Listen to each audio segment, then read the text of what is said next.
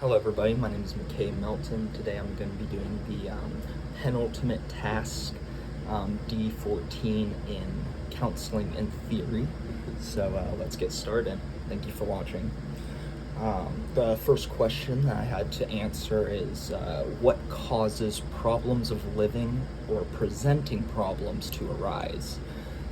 So there are, too many to count. There's different conditions, situations, systemic systems that are in place that problems of living can arise from. I mean, you can almost any experience in life, any trauma can bring problems in life. So, one example is something you can't even control. Being born, say, into a black family who is low income and in a low income community, they have to fight every single day with discrimination from the government, law officials, and even random people on the street. Another example is if somebody's part of like the LGBTQ community, they have to fight for the right to love who they want to. They have to fight for health care that they need, and sometimes they're even socially outcast by families and communities for just wanting to be happy, Finally, some problems of living can come from mental disorders, from disabilities. Some communities don't have systems in place where people who have disabilities and mental conditions can find the care that they need and can live their life to the best they can. And finally, one's own opinion can even change and bring problems in life. I mean, if you have differing opinions, say religiously or politically in certain communities, you could be completely socially outcast. So that's why it's so important to be kind, generous, merciful to, anybody you meet. So the second question is what allows problems to continue? So I believe that the system of a whole and the people that control it are the ones that are allowing the problem to persist. I mean, for whatever reason, America makes it much harder for black, gay, lower class, basically anybody except a straight white man.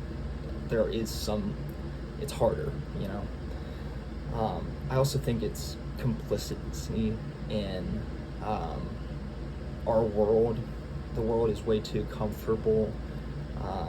We like to sit back and just watch our phones to watch it happen. So there aren't many people that are going out and trying to make it happen. And when there are people that try to make it happen, usually the government or the whole system tries to shut it down. So the third question is what helps people move beyond their problems? So I'm a practicing Buddhist, so I believe that pain and hardship and problems in life are completely unavoidable. You are going to face hardship in your life at some point, and our job is to learn everything we can from each and every experience that we have, even when it's hard, and to use that experience to bring love and kindness into the world. Even when people are dealt the worst hand in life, you can still see that they are living good lives. There's still beauty in everyday life and in the human experience, So the fourth question is your approach to therapy more about facilitating or directing? I believe that the job of a therapist should never to be outright telling the client what to do, what not to do. You should, break up with your boyfriend, that type of thing. A therapist's job is to guide the client through a journey of self-help, self-loving The therapist can provide advice, they can provide direction, but they shouldn't ever outright be telling somebody what they should do, because in the end, the client is their own person and they can choose what they can and can't do. So, final question is, do you think effective counseling is a function of the counselor's personality compared to their technical expertise?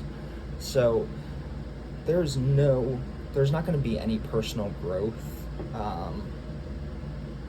if the client and the therapist don't have some sort of professional relationship. There has to be some sort of connection. The client has to feel safe, they have to feel comfortable around the therapist when they're bringing forth their trauma, their life experiences. That can be a really scary thing to clients. So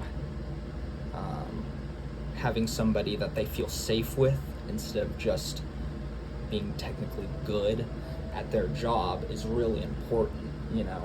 That's why a lot of people don't trust doctors, is because they're so technical that sometimes they feel robotic, and that there's no genuine connection between client and provider. So I think that's it. Thank you guys for watching, and I hope you have a good day. Thank you.